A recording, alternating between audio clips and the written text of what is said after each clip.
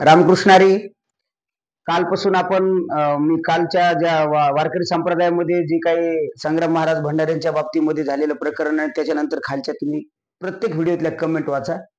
ते प्रत्येक 5 कमेंटमध्ये 3 कमेंट असे आहेत की कीर्तनकार पैसे घेतायत, कीर्तनकार पैसे घेतायत. तर त्याच्यासाठी खास व्हिडिओ. कीर्तनकार पैसे घेतायत असं म्हणण्यापेक्षा पैसे घेणाऱ्या कीर्तनकाराला लोक बोलवतात, पण का? तर आपल्याला आपल्या या आपण काय या युट्यूब चॅनलच्या माध्यमातून याच्यावर उत्तर मिळवायचे. पूर्ण व्हिडिओ ऐका, तुमच्या लक्षात येईल की मला काय म्हणायचंय आणि आपण कशा पद्धतीने बोलतोय. कीर्तनकार पैसे घेतायत, कीर्तनकार खूप पैसे घेतायत अशा ज्यांच्या प्रतिक्रिया आहेत त्यांच्यासाठी हा व्हिडिओ. खरं सांगू, पैसे बोलून घेणारे किंवा जास्त पैसे घेणारे महाराष्ट्रामध्ये 50च्या वर कीर्तनकार तुम्हाला शोधून सुद्धा सापडणार नाहीत. तुम्हीच यादी करा, 51वा कीर्तनकार भरणार नाही. आणि मग 50 कीर्तनकार म्हणजे वारकरी संप्रदाय आहे का? तर अजिबात नाही. मग तुमच्या कानाचे चोचले पुरवण्यासाठी, वाक्य पुन्हा एकदा ऐका, तुमच्या कानाचे चोचले पुरवण्यासाठी तुम्ही कितीही पैसे देऊन कीर्तनकार आणतात. आणि म्हणून कीर्तनकारांनी स्वतःच 50 कीर्तनकार, माझं वाक्य अजून आहे का, 51वा कीर्तनकार भरणार नाही, यादी टाका, नाही होणार. अजून पुढचं वाक्य बोलतो. आणि लोकांचा स्वभाव काय झाला माहितीये, जो कीर्तनकार जास्त पैसे घेतो तो मोठा कीर्तनकार.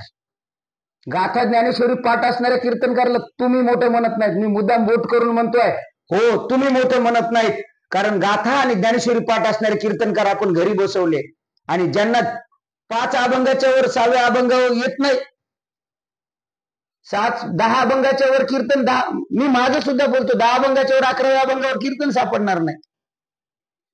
मग जर एवढं जर करत असतो आम्ही, तरी सुद्धा तुम्हाला काय आवडतं माहितीये, कारण तुम्हाला कीर्तनकार कीर्तनात अध्यात्म किती सांगतो याच्यापेक्षा तो पांचट गप्पा किती सांगतो याच्यावरून तुम्ही कीर्तनकार मोठा का लहान ठरवलंय. म्हणून पैसे घेणारे तुमच्या बाजूला न घेणारे अनेक कीर्तनकार आहेत, अनेक तुमच्या परिसरात, पण तुम्हाला आवडत नाहीत. तुम्हाला ते जवळचे नको वाटायला लागले आणि लांबच्याला जर आपण जवळ बोलून त्याला एवढं मानधन द्यायला लागलो. 50च जण आहेत बरं, 50 जण म्हणजे वारकरी संप्रदाय नाही. त्यामुळे तुमच्या ज्या मनातले गैरसमज आहेत की कीर्तनकार खूप पैसे घेतात, कीर्तनकाराचं पाकिट बाजार केला संप्रदायाचा बाजार कीर्तनकारांनी केला नाही. तुम्हाला कोणत्या कीर्तनकारानं फोन केला की मै तारीख घ्या, मला 50,000 द्या, 25,000 द्या? हे काही कीर्तनकारांनी केला नाही. पण तुमची लाल करणारा कीर्तनकार तुम्हाला पाहिजे ना, की त्याला 50 जाऊ द्या पण तो माझं नाव गुणगान गाणार आहे, माझ्या पुढे पुढे करणार आहे. म्हणजे तुमच्या पुढे एका माणसाच्या पुढे पुढे कीर्तनकाराने करावं म्हणून तुम्ही त्याला 40-40, 50-50 हजार रुपये दिले का नाही? मग चूक त्या कीर्तनकाराची का तुमची? नाही पटतंय का माझं बोलणं? का वाईट वाटतंय? खरं कडू असतं, पण खरं ते खरं असतं, स्वीकारायला शिका ना. त्यामुळे या गोष्टी आपण लक्षात ठेवणं अत्यंत गरजेचं आहे. त्यामुळं तुमचं उदात्तीकरण व्हावं, तुम्हाला मोठं म्हणावं म्हणून तुम्ही 25-25, 30-30 हजार, 40-40 हजार, अहो 50-50 हजार रुपये दिले ना. आणि कीर्तनकारांना सुद्धा माझी विनंती आहे, तुमचं जाणं येणं सगळं होऊन 4-5 हजार रुपये तुमच्या घर खर्चासाठी उरले पाहिजे. रोजचे काम म्हणतो, कारण कीर्तन काही 365 दिवस नसतात. त्यामुळे तेही झालं पाहिजे, कारण कीर्तनकाराला सुद्धा कुटुंब असतं त्याबद्दल. आणि पूर्वी लोक म्हणायचे की महाराज पैसे घेत नाहीत, तर पूर्वी कीर्तनकार पैसे घेत नव्हते, पण त्याचा एक ठराविक एरिया होता, ते तेवढ्याच्या बाहेर जात नव्हते ना. आता कोल्हापूरचे कीर्तनकार नांदेडला जातात, नांदेडचे कीर्तनकार सांगलीला जातात, तर मग तो प्रवास, ते गाडी खर्च, या गोष्टी आम्ही सुद्धा मान्य करतो, लोक सुद्धा ऍक्सेप्ट करतात. परंतु तुमचा जर प्रश्न आहे, लय लोक पैसे घेतात, तर लय कीर्तनकार पैसे घेत नाहीत, तर लोक लय देतात, कारण फुकट कीर्तन करणारे सुद्धा आहेत.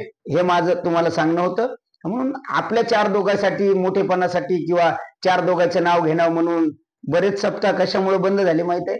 कीर्तनकारांनी पुढच्या दोघांचे नाव घेतले, वर्गणी अख्ख्या गावाने दिली आणि नाव दोघांचं घेतलं. त्यामुळे कीर्तनकाराला सुद्धा विनंती आहे, पुढच्या वर्षी तुमची तारीख कोणी घेऊ की न घेऊ, परंतु त्या गावात तुमच्या नाव घेतल्यामुळं सप्ताह बंद पडेल असं काही काम करू नका, ही माझी विनंती आहे.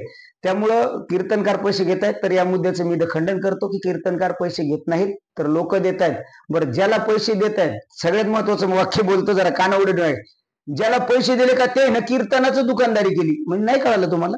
त्याने कीर्तनामध्येच वस्तू विकायला सुरू केल्या. कोणी झेंडूबाम नाही, कोणी ते मलम विकले, कोणी बाम विकले, कोणी कीर्तनामध्ये औषध विकलं, औषध असं हाताच्यामुळे केलं, प्यायचं औषध, तुळशी अर्क, उदबत्या विकल्या कोणी. इथून पुढे कीर्तनामध्ये लोक कौंगे फुगे पिणं विकणार नाहीत का? तुम्ही घ्यायलेत ना, त्याला गिराईक पाहिजे. त्यामुळं असं कीर्तनकाराकडे बघा, संत उदार उदार भरले अनंत भांडार, पण कशाचे? ज्ञानाचे, भक्तीचे, वैराग्याचे भांडार तुकोबारायकडे. तर आमच्याकडे काय, एक गाडी ठुली पुस्तकं घ्या, एक गाडी ठुली उदबत्त्या घ्या, दुसरी गाडी. अरे काय लावलंय? ते धंदा बंद करा. आणि लोक पैसे घेतायत, कीर्तनकार तर हे बंद करा, पैसे घेत नाहीत, तुम्ही देतायत. आणि त्याबद्दल आपण सुद्धा लक्ष दिलं पाहिजे. फुकट मोफत कीर्तन करणारे भरपूर आहेत, त्यांना बोलवा. एवढं बोलतो, थांबतो. कुणाला वाईट वाटलं असेल, दोघांनाही बोललो, आमच्या कीर्तनकार बांधवायला सुद्धा बोललो, त्यांची माफी मागतो.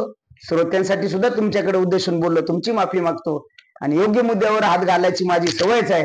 त्यामुळं मला साहजिकच याचा त्रास होणार आहे, परंतु तो मी स्वीकारतोय आणि थांबतो. रामकृष्ण हरी. जय जय रामकृष्ण हरी.